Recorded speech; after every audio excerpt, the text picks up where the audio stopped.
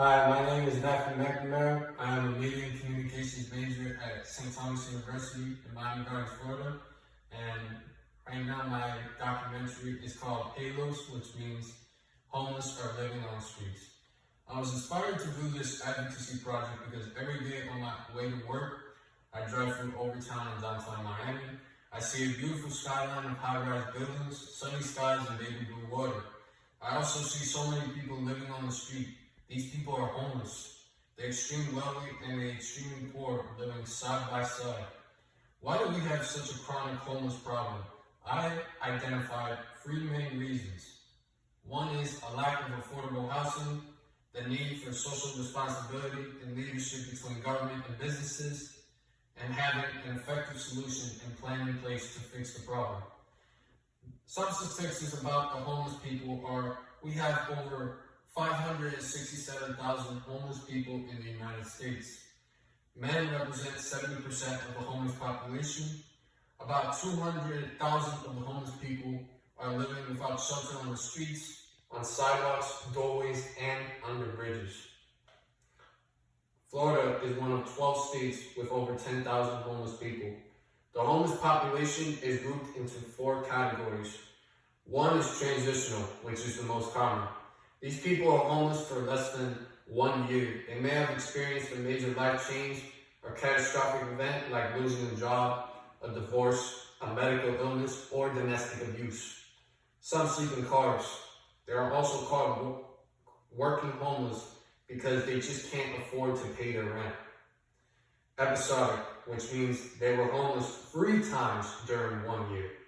They are usually younger people with substance abuse or mental illness. Chronic, which means they were homeless 4 times during 1 year. About 17% of homeless are chronic. They are usually older people, have medical conditions, live in parks, cars, or on the streets. They are harder to reach, lack skills, and do not have access to phones or computers. Hidden, which means they are not recognized because they do not apply for resource assistance. They are usually younger, have trauma or other challenges. They live with friends, family, or neighbors. They do not have a permanent place to live. They cannot afford to pay rent, utilities, food, and other expenses. I picked Overtown because of its rich history. It was founded in 1896. It is the second oldest neighborhood in Miami. It was known as Little Broadway or the Harlem of the South. It was also known as Colored Town. Overtown was the home of the black laborers that built the Florida East Coast Railway and hotels. Most southern cities did not allow black people to live in the same neighborhoods as whites. During segregation, black entertainers stayed there when they performed on Miami Beach. In 1957, the Interstate 95 highway was built right through Overtown. It displaced many people in the town and disrupted a lot of businesses. Now, historic Overtown is showing its roots. There is a $818 million Florida Department of Transportation signature bridge project underway. The Miami Central Station was an $83 million project built in Overtown to provide the Bright Line inner-city rail transportation to other cities in South Florida.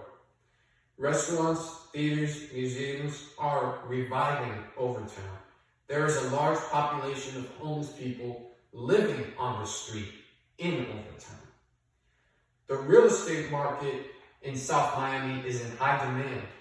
Why? Because Miami is in the top 10% nationally for real estate appreciation. Over 70% of the people rent.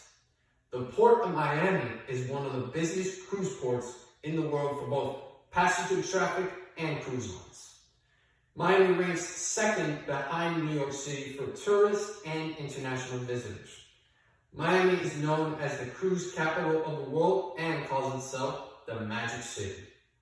We are seeing a transformation in downtown Miami, Overtown, Wynwood, and the design district with a boom in commercial and residential building. Our community leaders are not demonstrating social responsibility to address the homeless crisis. There is a lack of leadership in our city and county in finding effective solutions to solve this problem. We need a call to action to fund and build housing for homeless people. There is a bed shortage in shelters.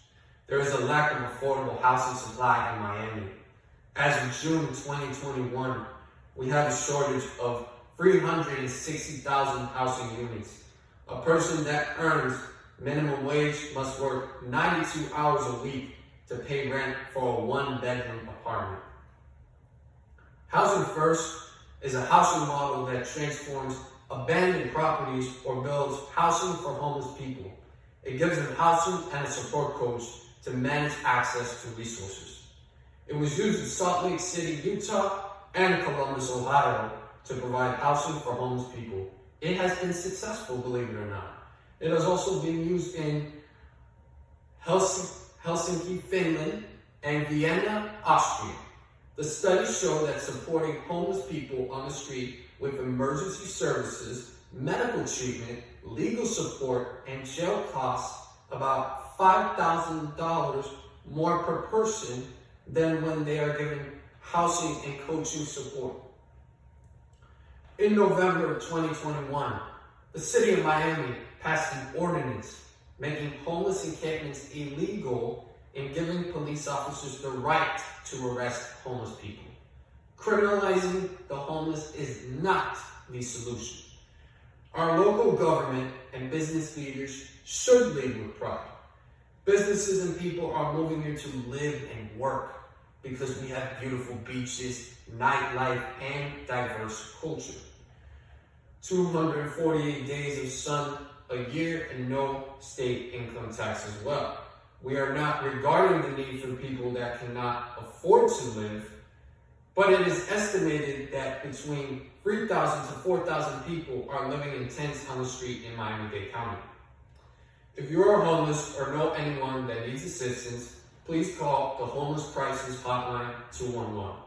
To advocate for funding public housing, Housing First, reach out to your local government leaders and the mayor of Miami-Dade County, Daniela Levine Gala, at mayor@miamidade.gov. Thank you.